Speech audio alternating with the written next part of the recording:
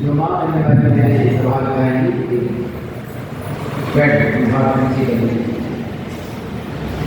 देखिए माँ सबसे कितना प्यारा है, उसके अंदर कितनी महिमा है और माँ से ही महिमा बनता है। समझे, माँ से ही महत्व बनता है। एक ऐसे पुत्र की एक ऐसी पुत्री की माँ बननी है कि जो दुनिया में आकर के ऐसा लगे कि हाँ इस दुनिया में कोई आया था या कोई आई थी, जिसने इस दुनिया को धन्य कर दिया, इस दुनिया को वैभव से भर दिया, इस दुनिया को गुरु से, ऐसी माँ बनना है। मैं एक छोटी सी कहानी आपको सुना रहा हूं।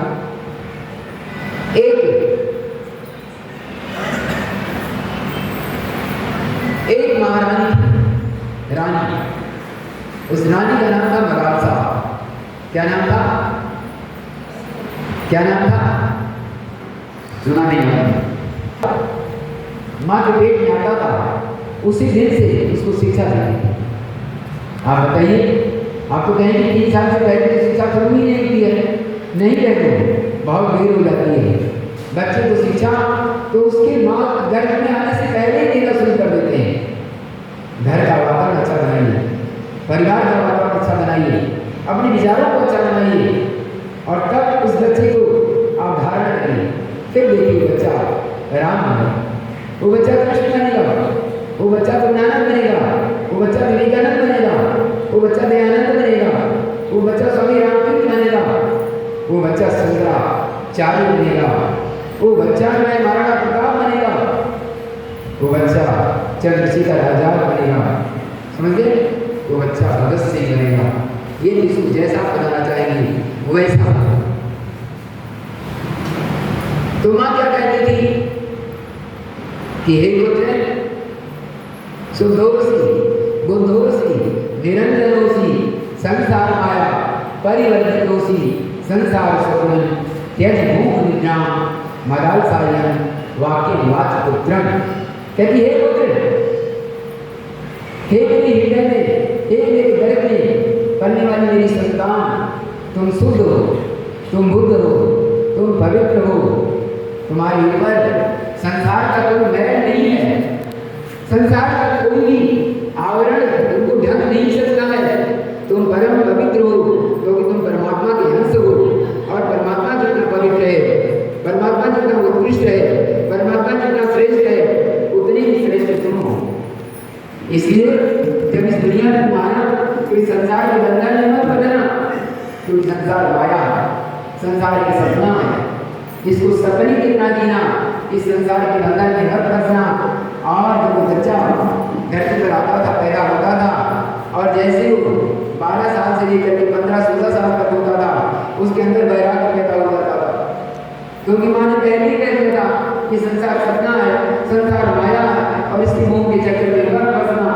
तो बच्चा क्या करता था? 15-16 साल की सरकार अपनी माँ को प्रणाम करता था और कहता था माँ अब तुम्हें जाना है, क्योंकि तुमने हमको ऐसी शिक्षा दी है, सन्यासी बनने की।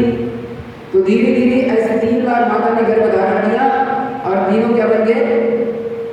तीनों क्या बन गए? सन्यासी बन गए। तीनों सन्यासी बन गए। 15-16 साल के होते थे, बाहर निकलते थे, माँ को और पिता को प्रणाम करते थे और बोलते थे अलग निरंजन, और कहते थे माँ विदा, अब हम चल रहे हैं। माँ प्रसन्न होकर के जाने देती थी। माँ रोकती नहीं थी कि बेटा रुक जाओ, मेरा क्या होगा, बुढ़ापे का सहारा कौन करेगा, क्योंकि माँ की इच्छा थी। अब ऐसा क्यों किया उसने?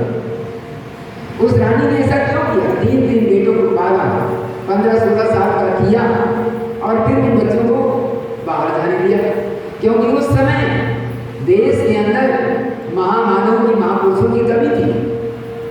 और महापुरुष जो होते हैं, महामानव जो होते हैं, जो सन्यासी होते हैं, जो परिव्राजक होते हैं, अपने ज्ञान को पूरी दुनिया में बांटते हैं।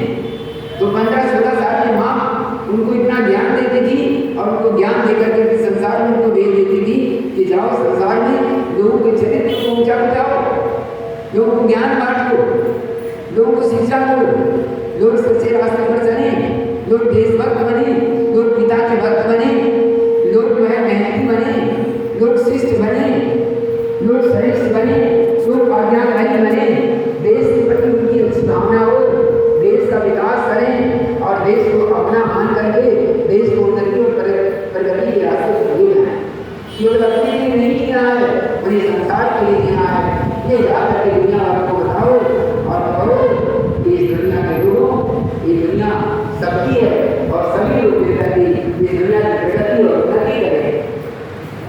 जब तीनों पुत्र चले गए तो पिता बड़े उदास हो गए।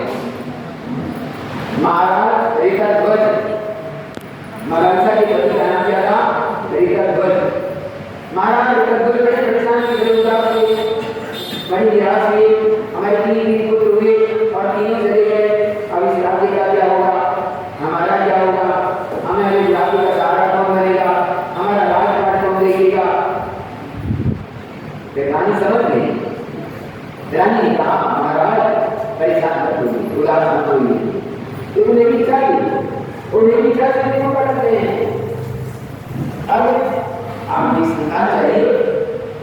महाराज हाँ, मैंने कहा आपकी संतान जो होगा संतान होगा अग्नि, जो भी हमारे घर में जो भी संतान आएगी वो संतान के घर छोड़ करके नहीं जाएगी, वो संतान घर पर रहेगी, वो संतान राजा बनेगा और हमारा राजपाट संभालेगा।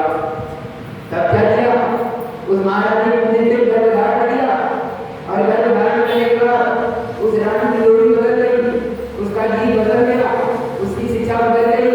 तब रानी के हाथ रचर कर अपनी गर्भ पर रहती थी कि राज्य गुरुवन, क्योंकि ये तुम राज करोगे, तुम राजकुमार हो, तुम राजा के बेटे हो, ये तो सारा आदमी नहीं हो, मैं रानी हूँ, तुम राजा के बेटे हो, तुम्हें छोटा होकर नहीं रहना है, तुमको श्रेष्ठ बनना है, तुमको महान बनना है और देश को क्या करना है?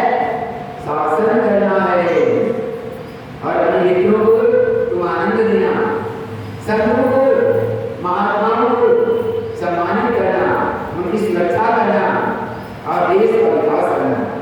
देश में कहाँ कहीं भी अराजकता है, कहीं भी लूटपाट है, कहीं भी अव्यवस्था है, तो उसे तुम्हें सही करना है, दुष्टों को तुम्हें दंड देना है और सज्जनों को तुम्हें सम्मान करना है, उनको आदर करना है। प्रतिदिन तुम्हें अपने मित्रों के साथ अपनी योजनाएं बना करके राज्य को, परिवार को, समाज को एक अच्छी दिशा देकर उसे श्रेष्ठ मार्ग पर ले जाना है। समाज का, राष्ट्र का, परिवार का और अपने व्यक्तित्व का पूर्णतया विकास करना है और तुम्हें राजा बन करके इस राज्य को श्रेष्ठता की ऊंचाइयों पर ले जाना है और एक महान राजा को बनना है। ये क्या था? देव सरकार पैदा हुआ, आज 15-16 साल की बात संतान फिर घर छोड़ करके नहीं गया। गुरुकुल ले गया, गुरुकुल में से पढ़ाई की और पढ़ाई होने के बाद सीधे घर आया, सीधे घर आकर माता पिता को प्रणाम किया और पिता से कहा पिता क्या नहीं, मुझे क्या करना है? उन्होंने कहा बेटा तीनों में जुड़ा हो, अब राजकुमार हो और अपना राज्याभिषेक करते हैं। उस बच्चे का राज्याभिषेक हुआ, वो राजकुमार बना और कुछ दिन के बाद वो देश का महान शासक हुआ, राजा। ये है महान, ये है महान व्यवहार। तो माँ जो ऐसे कर सकती है, लेकिन इसकी लिए तैयारी है। अब ये क्या सब लोग बदल जाएंगे, यही मैं हमारी सरकार के साथ में आएंगे। अरे आप अपने माता पिता, अपने सास ससुर, अगर घर में आपके देवरान जेठानी है, ननद है, उनको भी नहीं तो बताता जब तुमने अकेली रह रही और अकेली रहेगी, ये यही है तो फिर आपका बच्चा भी अकेला ही रहेगा, फिर बुढ़ापे में आपको भी सोच करके चला जाएगा। आप बताइए आपके परिवार को करना है, उस परिवार में आपका बेटा भी होगा, आप भी होंगे, आपके पति होंगे, आपके सास ससुर होंगे, परिवार होगा। लेकिन जिस बच्चे को परिवार का लाड़ करने देता है, जो अपने दादा दादी, नाना नानी के संपर्क नहीं लेता है, वो अपनी परंपराएं, अपनी संस्कार से दूर रहता है। तो बहनों, आप उस बच्चे को संस्कार देना परिवार का, माता पिता के साथ दादा दादी, नाना नानी का भी प्यार उसको मिलना चाहिए, उसको अपनी बुआ की गोद में मिलना चाहिए, उसे अपनी चाची और अपनी ताई की गोद में भी खेलना चाहिए। और इस सभी लोग मिल करके कभी एक अच्छे समाज की रचना करते हैं, एक अच्छे समाज का निर्माण करते हैं। अकेले समाज का निर्माण नहीं कर सकते। और मैंने एक चीज और सोची, मैं आपको एक बहुत महत्वपूर्ण बात बताने लगा। कोई भी बच्चा वो अपनी माता पिता का ही नहीं होता है। माता पिता को मात्र एक स्वभाव को देता है, उस बच्चे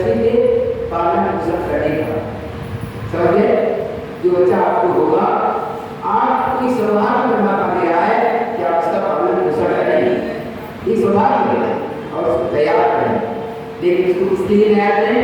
राष्ट्र के लिए तैयार करें, समाज के लिए तैयार करें। आज नरेंद्र मोदी है तो देश के प्रधानमंत्री हैं, वो देश के हैं, वो माता इंदिरा गांधी बेटे नहीं है, वो देश के जवानों माताओं के बेटे हैं। उनका निर्णय पूरे देश के लिए होता है। उसी तरह से सन्यासी भी होता है, उसकी शिक्षा पूरे देश के लिए होता है। उसी तरह से सैनिक होता है, पूरे देश की जिम्मेदारी सरकार के ऊपर होती है। अरे सैनिक अगर सरकार हो जाए, वो कामचोर हो जाए तो पूरा देश हो गया, वो गुलाम हो सकता है। इसलिए हमें जिस भारत को पैदा करना है वो भारत देशभक्त हो, वो भारत मातृभक्त हो, वो भारत परिवार, समाज, राष्ट्र के लिए एक गौरवशाली व्यक्तित्व बने और जिस पर पूरा देश, पूरा समाज, पूरा राष्ट्र जो है जिस पर नाम है, जिस पर प्रणाम है, ऐसे भारत की माता बनने का सौभाग्य मिल रहा है। अभी आप जानते हैं कि आप उसको किस तरह से कर रहे हैं। लेकिन यहाँ पर मैं आपके परिवार को भी समझाना था। मान लीजिए आपकी सास से आपकी ठीक से नहीं बन रही है, सास की गलती हो सकती है, आपकी भी गलती हो सकती है। हमें दोनों को समझाना था कि दोनों मिल करके एक आने वाला जो भारत है उसके विकास के लिए काम करना है, गरीबी को सुखी रखना है, उसको प्रसन्न रखना है, उसकी आवश्यकताओं को पूरा करने के साथ ही साथ उसके मन को प्रसन्न रखना है, जिससे उसके अंदर उल्लास हो, उसके अंदर आनंद हो कि देखो परिवार के लोग कितना हमारा भला चाहते हैं, कितना हमारा ख्याल करते हैं, कितना हमारे देखभाल करते हैं। इससे आपको सुख मिलता, आनंद मिलता कि हमारे सास कितनी अच्छी है, हमारे निगरानी कितनी अच्छी है, हमारे निगरानी कितनी अच्छी है, हमारे पति हमारा कितना